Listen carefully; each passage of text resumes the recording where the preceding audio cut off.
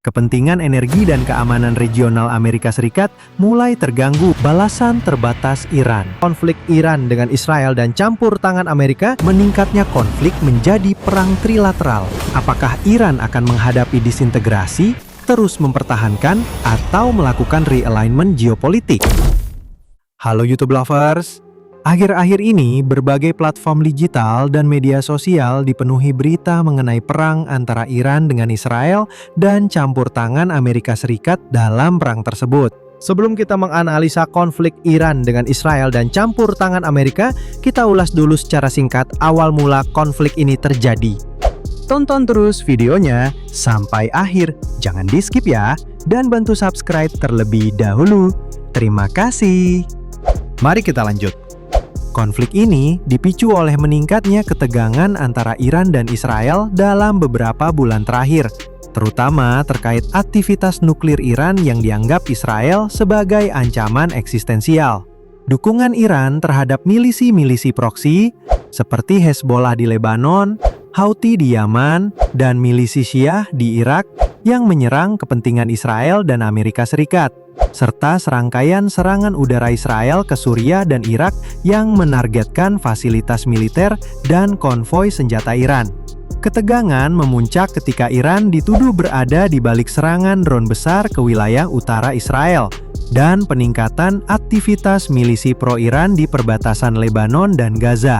Sebagai balasan, Israel meluncurkan serangan besar-besaran ke fasilitas militer dan nuklir Iran, termasuk Natanz dan Fordow. Campur tangan Amerika Serikat.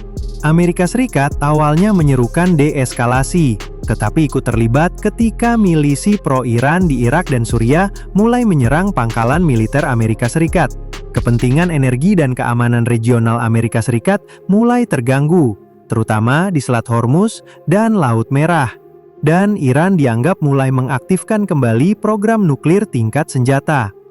Fakta terbaru, Amerika Serikat kemudian meluncurkan serangan udara ke 3 fasilitas militer Iran dengan dalih sebagai bentuk pencegahan, preemptive strike. Kemudian menyatakan dukungan militer terbatas terhadap Israel dan menambah pengerahan pasukan ke Teluk dan pangkalan di wilayah Timur Tengah.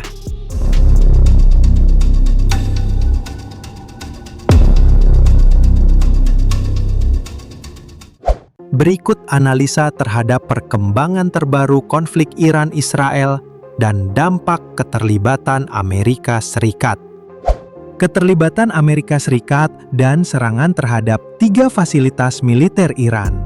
Presiden Trump mengumumkan serangan oleh pesawat B-2 dengan bunker buster GBU-57MOP di fasilitas Fordow. 2 lokasi lainnya, Natanz dan Isfahan, diserang menggunakan rudal Tomahawk dari kapal selam. Gedung Putih menyebutnya spectacular military success dan mengklaim bahwa fasilitas nuklir utama Iran telah completely and totally obliterated. Adanya motivasi strategis dan koordinasi Israel dengan Amerika Serikat. Israel melancarkan serangan udara sejak 13 Juni, menghancurkan infrastruktur nuklir Iran yang terbuka, namun yang berada jauh di bawah tanah seperti Fordow sulit dijangkau tanpa MOP Amerika.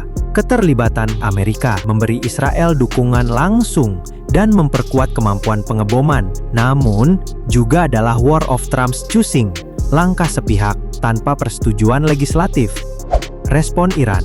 Pemerintah Iran menyebut penyerangan ini pelanggaran berat terhadap piagam PBB dan menegaskan hak reservasi semua pilihan pertahanan. Namun, pejabat Iran mengatakan sebagian uranium telah dipindahkan sebelum bom dijatuhkan dan tidak ada peningkatan radiasi yang signifikan. Balasan Iran kemungkinan besar berupa serangan rudal skala kecil atau tekanan melalui milisi proksi seperti Hezbollah dan Houthis, bukan konfrontasi langsung besar-besaran dengan Amerika. Ekskalasi dan dampak regional. Konflik kini melibatkan 3 kekuatan besar, Israel, Iran, dan Amerika Serikat.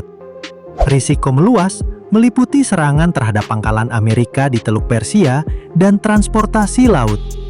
Milisi pro-Iran, Hezbollah, Houthis, kemungkinan akan meluncurkan serangan balasan terhadap Israel atau kapal-kapal atau barak Amerika. Dari perspektif politik dan hukum internasional, di Amerika sendiri, banyak anggota Kongres mempertanyakan legitimasi serangan tanpa mandat legislatif. Dan Iran bisa membawa Amerika ke Mahkamah Internasional dengan dalih pelanggaran piagam PBB. Mengenai nuklir dan spionase, walau fasilitas nuklirnya ditarget, para ahli mengatakan fasilitas telah dipindahkan dan kemampuan nuklir Iran hanya ditunda, bukan dihapus. Serangan Amerika tersebut justru dapat memacu Iran mempercepat program nuklirnya sebagai respons terhadap intimidasi militer asing.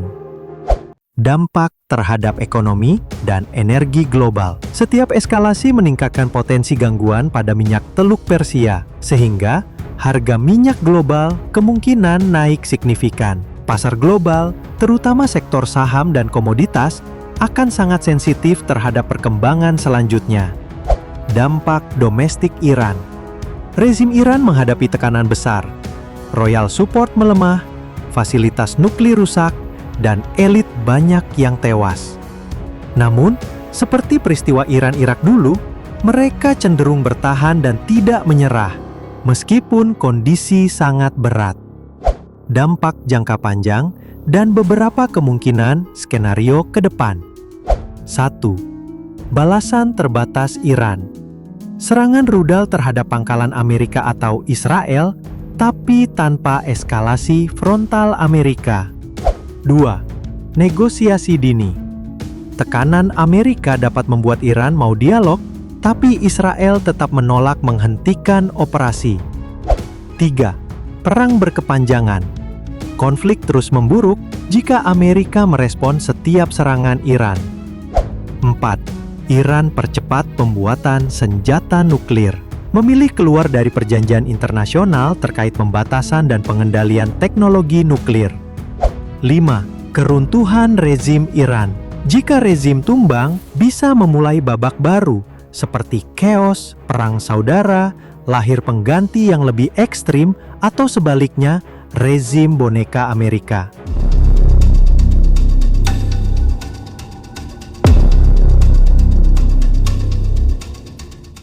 Kesimpulannya, serangan Amerika terhadap Iran menandai meningkatnya konflik menjadi perang trilateral Israel, Iran, Amerika dengan dampak multidimensi, militer, nuklir, ekonomi, hukum, dan geopolitik.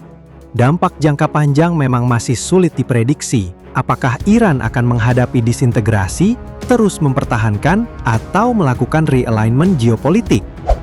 Indonesia dan negara lain di Asia Tenggara perlu memantau risiko gangguan minyak, stabilitas regional, dan tekanan geopolitik dari pihak pro-Timur, Rusia atau Cina, atau sekutu Amerika. Bagaimana menurut kamu? Tulis pendapatmu di kolom komentar ya. See you!